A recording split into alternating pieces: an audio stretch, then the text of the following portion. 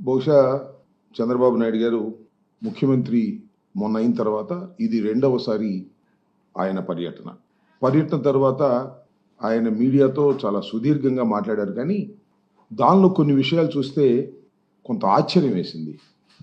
వయసులో చాలా పెద్దవారు, అనుభవంలో చాలా పెద్దవారు, రాష్ట్రానికి అదృష్టవశాత్తు 4వసారి ముఖ్యమంత్రిగా చేస్తున్నటువంటి వ్యక్తి మాట్లాడిన ప్రతి మాట కూడా అసత్యాలతో కూడుకున్నటువంటి మాటలు మాట్లాడారు. ఎందుకంటే నేను అద్యాంతం ఫాలో అయ్యాను. మాజీ ఇరిగేషన్ మంత్రిగా ఆ ప్రాజెక్టులో ఏం జరిగిందో నేను 2.5 సంవత్సరాల పాటు ప్రత్యక్షంగా చూశాను. అంతకు ముందు జరిగినటువంటి విషయాలను కూడా సమగ్రంగా తెలుసుకున్నాను. మళ్ళీ ఇప్పుడు జరుగుతున్న విషయాలను కూడా తెలుసుకునే ప్రయత్నం చేస్తున్నాను. ఆయన ఎప్పుడు చెప్పే మాట ఉంది కదా, ఏది రాష్ట్రం విడిపోయినప్పుడు ఆ 7 తెలంగాణ గ్రామాలని కలిపేంత వరకు నేను ప్రమాణ స్వీకారం చేయనన్నాను, అందువల్లే కలిపారు, అసలు ఈ ప్రాజెక్టు నేనే తీసుకొచ్చాను, భూమార్గం పట్టించాను, అసలు రాజశేఖర రెడ్డి గారికి ఏమీ సంబంధం లేదు, దీనివల్ల ఎన్ని ఉపయోగాలు ఉన్నాయి, ఇవన్నీ ఆయనకు సంబంధం లేకపోయినా ఇది డాక్టర్ వైఎస్ రాజశేఖర రెడ్డి గారు కలలు. కానీ దాన్ని ప్రారంభించినటువంటి వ్యక్తి రాజశేఖర రెడ్డి గారు లేరు కాబట్టి ఆయన దాన్ని ఓన్ చేసుకున్నట్టు, ఆయనే చేస్తున్నట్టు ఇలాంటి కథలన్నీ కూడా చెప్పారు. అది ఎప్పుడు చెబుతూనే ఉంటాడు, ఆయన పురాణం అంతా చెప్తూనే ఉంటాడు, దాన్ని ప్రజలు వింటూనే ఉంటారు, నమ్మరు, అది వేరే అంశం. ఇక్కడ విషయం ఏంటంటే 2014-19 వరకు రాత్రి పగులు పనిచేశారంట. ఎక్కడ రాత్రి పగులు పనిచేశారు అసలు మీరు? 2014లో రాష్ట్రం విడిపోయిన తర్వాత మీరు కొంతకాలం పనులే చేయలే, బేరసారాలు ఆడారు. కేంద్రం చేయవలసినటువంటి ప్రాజెక్టుని టోటల్గా కేంద్రం తీసుకోవాలి, కేంద్రమే ఖర్చు పెట్టాలి, కేంద్రమే చేయాలి, అలాంటి ప్రాజెక్టుని మీరొద్దు మేము చేస్తామని చెప్పి బతిమలాడి బామాలి తీసుకున్నారు మీరు. అది చరితాత్మకమైన తప్పిదం మీరు చేశారు.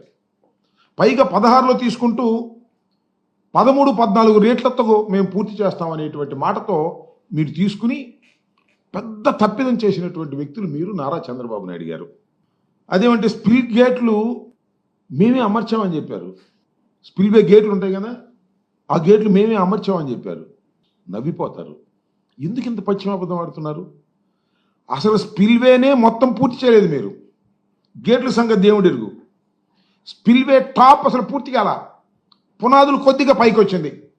మేము వచ్చిన తర్వాత పునాదుల నుంచి పైకి తీసుకొచ్చి ఇప్పుడు చంద్రబాబు నాయుడు గారు వెళ్ళారే స్పిల్వే మీదుగా కార్లు వేసుకొని, దాన్ని మేము పూర్తి చేశాం. స్పిల్వే గేట్లు మేము అమర్చాం. వైఎస్ఆర్ కాంగ్రెస్ పార్టీ అధికారంలోకి వచ్చిన తర్వాత అమర్చాం. కానీ చంద్రబాబు నాయుడు గారు ఏంటంటే స్పిల్వే కొద్దిగా పైకి లేవగానే పెద్ద రేకు తీసుకొచ్చి అక్కడ పెట్టి భజన చేశారు. ఎందుకు ఇంత పచ్చి అబద్ధాలు ఆడుతున్నారు? అంటే మీకు మీడియా బలం ఉందని, మీకు చెప్పేటటువంటి ఛానల్స్ ఉన్నాయని, రాసేటటువంటి పత్రికలు ఉన్నాయని పచ్చి అబద్ధాలు చెప్పడానికి are you not feeling shy? మేము చేసిన పనులు మీరు చేసామని చెప్పుకునేటువంటి కార్యక్రమం మీరు ఇవాళ చేస్తున్నారు. అదేమంటే 72% అంటాడు. ఎక్కడి నుంచి తీసుకొచ్చాడు లెక్క నాకు అర్థం కాల. 72% పూర్తి చేశాం. 72 కాదు, 50% కూడా మీరు పూర్తి చేయలే. ఇది వాస్తవం. నేను ప్రత్యేకంగా చెప్పాల్సిన అవసరం లేదు. కానీ మొన్న ఈ మధ్యనే ఆయన ప్రభుత్వం వచ్చిన తర్వాతే నిపుణుల కమిటీ వచ్చి వెళ్ళింది. కెనడాకు సంబంధించిన వారిద్దరు, అమెరికాకు సంబంధించిన వారిద్దరు, ప్రపంచంలోనే ప్రాజెక్టుల మీద పెద్ద అవగాహన కలిగినటువంటి వ్యక్తులు వాళ్ళు వచ్చి పరిశీలించి చాలా స్పష్టంగా చెప్పారు, ఇవన్నీ తప్పులు చేశారు. ఎవరు తప్పులు చేశారు? చంద్రబాబు నాయుడు గారు అధికారంలో ఉన్నప్పుడు 2014-19 మధ్యలోనే తప్పిదాలన్నీ జరిగాయని చెప్పారు. ఇంకో మాట అంటాడు చంద్రబాబు నాయుడు గారు, అబద్ధం, అసత్యం, అవలీలగా చెప్పగలిగినటువంటి సామర్థ్యత కలిగినటువంటి వ్యక్తి ఈ భారతదేశంలో ఎవరన్నా ఉన్నారంటే పొలిటీషియన్స్లో అది నారా చంద్రబాబు నాయుడు గారు అని చెప్పడంలో ఏ విధమైన సందేహం లేదు. ఏమంటాడు? అధికారంలోకి మేము వచ్చిన తర్వాత అంట కాంట్రాక్టర్ని మార్చేసామంట, కాంట్రాక్టర్లు మార్చేయటం వల్లనే డయాఫ్రమ్ వాల్ కొట్టుకుపోయిందట అనేక సార్లు చెప్పాను నేను. చంద్రబాబు నాయుడు గారు విన్నారు, అప్పుడు దేవినేని ఉమా గారు విన్నారు, ఇప్పుడు నిమ్మల రామానాయుడు గారు వింటున్నారు. డయాఫ్రమ్ వాల్ కొట్టుకుపోవడానికి గల కారణం ఏమిటి? Question mark. ఆలోచించమని మనం చేస్తున్నా. ఒకటే సింపుల్, కాఫర్ డ్యాములు కంప్లీట్ కాకుండా డయాఫ్రమ్ వాల్ వేశారు.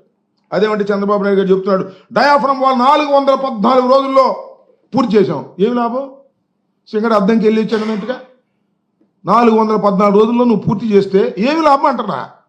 414 రోజుల్లో పూర్తి చేయటము, 14 రోజుల్లో పూర్తి చేయటము కాదు. అక్కడ డయాఫ్రమ్ వెల్ వేసే ముందు గోదావరి నదిలో ప్రవాహాన్ని డైవర్ట్ చేసి 2 కాఫర్ డ్యాములు నిర్మించిన తరువాత మాత్రమే డయాఫ్రమ్ వాల్ వేయాలి. Is the protocol. దీన్ని భిన్నంగా డయాఫ్రమ్ వాల్ వేసేసి కాఫర్ డ్యాములు కంప్లీట్ చేయకోకుండా చేతులు ఎత్తేసి ఇవాళ మమ్మల్ని అంటారు ఏంటి, నాకు అర్థం కాలే. ఇవాళ వేస్తున్నారు డయాఫ్రమ్ వాల్ కొత్తది. నేను పోయినసారి చెప్పినట్టుగా ఒక మన సీజ్ ది షిప్ సందర్భంలో చెప్పా కదా, పెళ్ళి చెల్లికి జరగాలి మళ్ళీ మళ్ళీ అని, మళ్ళీ డయాఫ్రమ్ వాల్ మళ్ళీ ఇంకో డయాఫ్రమ్ వాల్ మా వాళ్ళు వేశారా?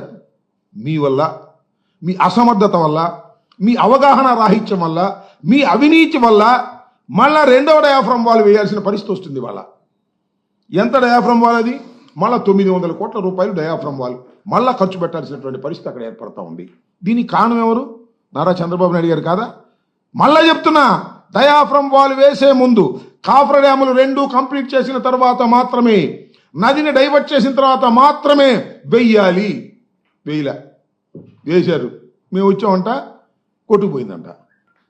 మొన్న ఆ కెనడా నుంచి, అమెరికా నుంచి వచ్చిన 4 నిపుణులు చెప్పారు, అసలు తెలుగుదేశం పార్టీ అధికారంలో ఉన్నప్పుడు వరదలోనే ప్రారంభమైంది దెబ్బతింటామని. డయాఫ్రమ్ వాల్ దెబ్బతింటాం ఆ రోజునే ప్రారంభమైంది, మేము వచ్చిన తర్వాత కాదు అని వాళ్ళు చాలా స్పష్టంగా చెప్పారు. ఒకసారి చదువుకోమని మనం చేస్తున్నా. ఈ విధంగా అన్ని పచ్చి అబద్ధాలు ఆడేటటువంటి ప్రయత్నం ఇవాళ చంద్రబాబు నాయుడు గారు చెప్పడం చాలా దురదృష్టం.